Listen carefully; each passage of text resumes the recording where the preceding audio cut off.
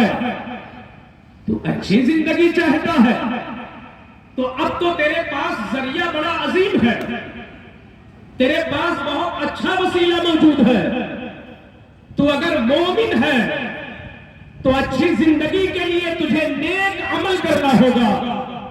جب تک تو نیک عمل نہیں کرے گا تو تیری ساری کوششیں بیکار ہوں گی، ضائع ہوں گی، وقتی ہوں گی، عارضی ہوں گی، تو دھوکے میں مبتلا ہوگا۔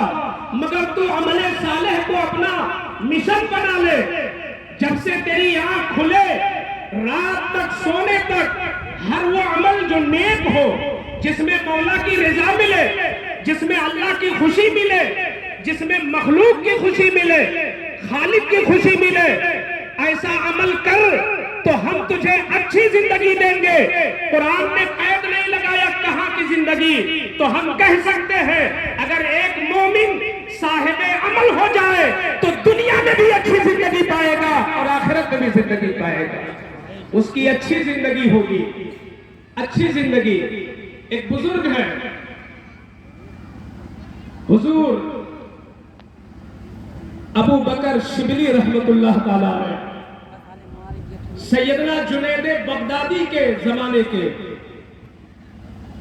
آپ ارشاد فرماتے ہیں، ذرا ہم توجہ تو کریں، یہ کثیر تعداد میں آیا ہوا مجمع، یہ ہماری بھیڑ لگائی ہوئی خواتین، لوگوں کی نگاہیں حضور کے چہرے منور پر ہیں، یہ بھی ایک نیک عمل ہے۔ مگر میں اس عظیم موقع سے فائدہ اٹھاتے ہوئے بتانا چاہوں گا کہ ایک بہت بڑے بزرگ نے کہا کہ میں نے 4000 حدیثیں یاد کر لیا، میرے استاد 400 علماء بنے جن کی بارگاہ میں میں نے بیٹھ کر 4000 حدیثیں یاد کی، مگر ایک دن دل نے کہا شبلی یہ حدیثوں کا انبار لگانے سے کیا فائدہ اگر تیرا عمل نہ ہو حدیثوں پر؟ ذرا سوچ تو کہ تو کس حدیث پہ عمل کرنا چاہتا ہے۔ تو کہتے ہیں جس دن یہ جذبہ جاگا تو میں نے یاد کرنا بند کیا، اب حدیثوں کو کھنگالنے لگا کہ عمل کس پہ کروں۔ تو فرماتے ہیں کہ ایک لمبا ذخیرہ تھا، زندگی مختصر تھی، اس پر عمل کروں کہ اس پر عمل کروں؟ اچانک میری نگاہ ایک حدیث پر پڑی، وہ حدیث اتنی جامع تھی، اس قدر جامع حدیث تھی کہ علامہ شبلی فرماتے ہیں کہ مجھے اس میں دنیا کی بھی کامیابی دکھی، اس میں آخرت کی بھی کامیابی دکھی۔ دل نے کہا کہ شبلی اگر تو اس حدیث کو نمونہ زندگی بنا لے تو پھر کیا کہنا، تیری دنیا بھی روشن ہے اور تیری آخرت بھی روشن ہے۔ تو میں چاہتا ہوں کہ وقت مختصر ہے، وہی حدیث بیان کر دوں۔ اگر وہ حدیث علامہ شبلی کے لیے کافی ہے تو ہم فقیروں کے لیے بھی وہی کافی ہے۔ ہم پوری حدیث پہ نہ صحیح، اس کے 2 جملوں پر عمل کر لیں، آج ایک ہی جملے پہ عزم کر لیں کہ ایک آل رسول کی موجودگی میں اور اتنے مقتدر علماء اہل سنت کی موجودگی میں آج ہم یہ عزم پیدا کریں، ہمارے عوام کے لوگ یہ عزم پیدا کریں کہ آج اس پر ہمیں عمل ضرور کرنا ہے۔ شیخ شبلی فرماتے ہیں کہ میرے آقا کی حدیث ہے، آقا ارشاد فرماتے ہیں وَعَمَلْ لِدُنْيَاكَ بِقَدْرِ قِيَامِكَ فِيهَا، دنیا کے لیے بس اتنی ہی کوشش کر جتنا تجھے دنیا میں رہنا ہو، دنیا بنانے کے لیے بس اتنی ہی تگ و دو کر۔ اے دنیا میں پھنسا ہوا انسان، سارے ارکان تو کھوئے بیٹھا ہے، سارے حقوق کو تو قدموں سے مسلح ہے، دنیا کے لیے سن اے غافل انسان سن، دنیا کے لیے بس اتنی ہی محنت کر جتنا تجھے دنیا میں رہنا ہو۔ پھر آقا معن فرماتے ہیں وَعْمَلْ لِآخِرَتِكَ بِقَدْرِ بَقَائِكَ فِيهَا، اور اپنی آخرت کے لیے اتنی کوشش کر جتنا تجھے آخرت میں رہنا ہو۔ ذرا اس جملے پہ غور کریں کہ ہم دنیا کے لیے اتنی کوشش کریں جتنا دنیا میں رہنا ہے، اور آخرت کے لیے ہمیں اتنی محنت کرنی ہے کہ جتنا ہمیں آخرت میں رہنا ہے، دنیا میں کتنا ہمیں رہنا ہے۔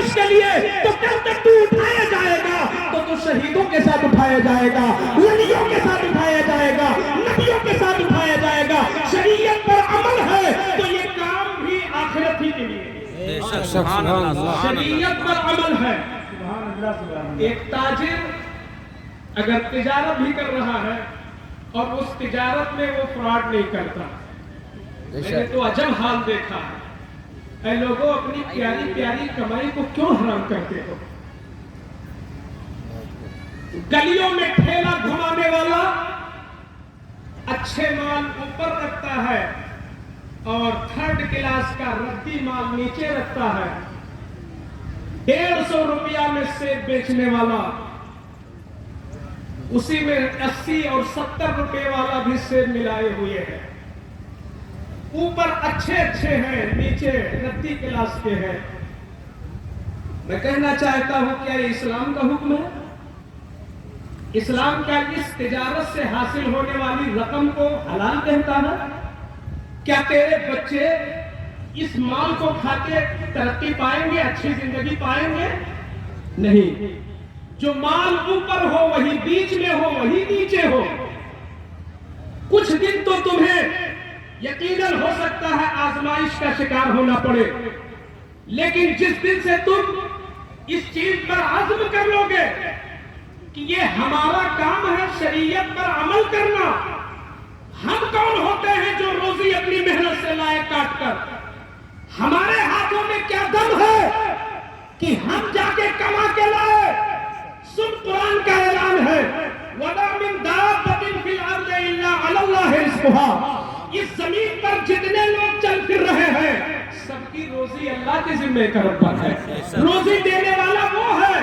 تو شریعت پر عمل کر کے تو دیکھ، لہذا تم اپنی تجارت میں کبھی جھوٹ نہ بولنا، تم اپنے دھندے میں کبھی کسی کا حق نہ مارنا۔ تم اگر تجارت کرتے ہو، دکان میں بیٹھے ہو، کپڑے بیچ رہے ہو، لیکن وہاں جھوٹ نہیں بولتے، یہ نہیں کہتے ارے مفتی صاحب آپ کا معاملہ ہے تو 100-150 روپیہ میٹر ہمیں ہی پڑا ہے، چلیے آپ 140 میں لے لیجیے۔ یہ جھوٹ مت بولیں، کیونکہ اس جھوٹ بولنے سے تمہاری اس کمائی میں حرمت آ رہی ہے، تمہارے بچوں کے لیے وہ حرام ہو رہی روزی۔ امام غزالی فرماتے ہیں کل قیامت کے دن جو اپنے بچوں کو حرام کھلاتا ہے، جھوٹ بول کے کھلاتا ہے، فراڈ کر کے کھلاتا ہے، حرام غذا کھلاتا ہے، اس کے خود کے بچے دامن پکڑ کے لپٹ جائیں گے اور کہیں گے میرے باپ کاش تو مجھے بھوکا رکھتا مگر اس گندی غذا سے میرے پیٹ کو تو خراب نہ کیا ہوتا۔ یہاں تو یہ حال ہے۔ تو ہم جتنے لوگ ہیں جو مدرسے سے منسلک ہیں، ہم مدرسوں کا حق ادا کریں، جو مسجد سے منسلک ہے وہ امامت کا حق ادا کریں، جو کسی فیکٹری میں ملازم ہے وہ وہاں کی ڈیوٹی دیانتداری کے ساتھ کریں، ورنہ ایسا ہوگا کہ ہم خوش فہمی میں مبتلا رہیں گے، سوچیں گے یہ پسینے کی کمائی ہے، مگر وہ پسینے کی کمائی نہ ہوگی۔ جب نامہ اعمال کل کھلے گا تو ہم اس وقت حسرت کے ساتھ کہیں گے ارے یہ کیا ہوا، مالی حاضر کتاب اس نامہ اعمال کو کیا ہو گیا؟ لا یغادر صغیرۃ ولا کبیرہ، اس نے تو میری چھوٹی چھوٹی چیزوں کو بھی اندر رکھ لیا، کوئی ایسی چیز نہیں جو اس نے چھوڑ دیا ہو۔ یہ کہنے والوں میں کہیں نہ آ جائے، ڈریں اس بات سے، اور ہر وقت یہ خیال رکھیں میرے ظاہر میرے باطن کو مولا دیکھ رہا۔ آگے آقا ارشاد فرماتے ہیں وَعْمَلْ لِلَّهِ بِقَدْرِ حَاجَتِكَ إِلَيْهِ، تو اللہ کے لیے اتنی محنت کر، یعنی اللہ کی رضا کے لیے، اللہ کی رضا کے لیے، خالص اللہ کی رضا کے لیے تو اتنی محنت کر جتنا تو اللہ کا محتاج ہے۔ ہم اللہ کے محتاج کتنے ہیں سوچ سکتے ہیں؟ ارے جو سانس اوپر گئی کیا آ جائے گی بغیر اللہ کی رحمت کے؟ جو سانس نیچے گئی کیا اوپر ہم چڑھا سکتے ہیں بغیر حکم الہی کے؟ جب ہم ہر سانس میں اللہ کے محتاج ہیں، ایک سانس بھی بن حکم ربی کے ہم لے نہیں سکتے، تو حضور تو فرماتے ہیں اللہ کے لیے اتنا کر جتنا تو اللہ کا محتاج ہے۔ اللہ کے ہم محتاج ہیں. ہمارے کام میں خلوص آنا چاہیے, ہمارے کام میں خلوص آنا چاہیے. خلوص کیا ہے؟ خلوص یہ ہے, یہ منزل تو شاید ہم کوشش کریں 20 سال مجاہدہ, اور میں تو دعا کرتا ہوں کہ حضور آل رسول کی برکت اور ان کی موجودگی کی, ان کے موجودگی کی فیض سے ہم لوگوں کو اس کی ادنا ہی منزل ملے. آمین اللہم آمین. جن بچوں کی دستار بندی ہے وہ بلا تاخیر اسٹیج پہ تشریف لے آئیں. خلوص یہ ہے کہ تم اس چیز کی خواہش ہی ترک کر دو کہ کون میری برائی کرتا ہے اور کون میری تعریف کرتا ہے. کیونکہ برائی کرنے والا تیری عزت گھٹا نہیں سکتا, اور تجھے بیجا خوش کرنے والا تیری عزت بڑھا نہیں سکتا. وَتُعِزُّ مَن تَشَاءُ وَتُذِلُّ مَن تَشَاءُ. اللہ ہی عزت دیتا ہے, اور تیرے جب گندے کرتوت ہوتے ہیں تو اپنے گندے کرتوت کی بنیاد پر تو ہی ذلیل ہوتا. تو جس دن یہ منزل مل جائے, یہ منزل تھی رابعہ بصریہ کی, ہاتھ میں آگ لیتی ہے اور ایک ہاتھ میں پانی لیتی ہے. سیدہ رابعہ بصریہ رضی اللہ تعالی عنہا اپنے حجرے پاک سے نکلتی ہے. دیکھنے والے نے دیکھا, محترم مائی خاتون یہ کہاں جا رہی ہے تیزی کے ساتھ؟ آپ کے ہاتھ میں آگ کا انگارہ ہے اور ایک ہاتھ میں پانی ہے, مائی صاحبہ کہاں جا رہی ہے؟ تو ارشاد فرماتی ہے میں نے سنا ہے کہ کچھ لوگ ہیں جو جنت کی لالچ میں نماز پڑھتے ہیں.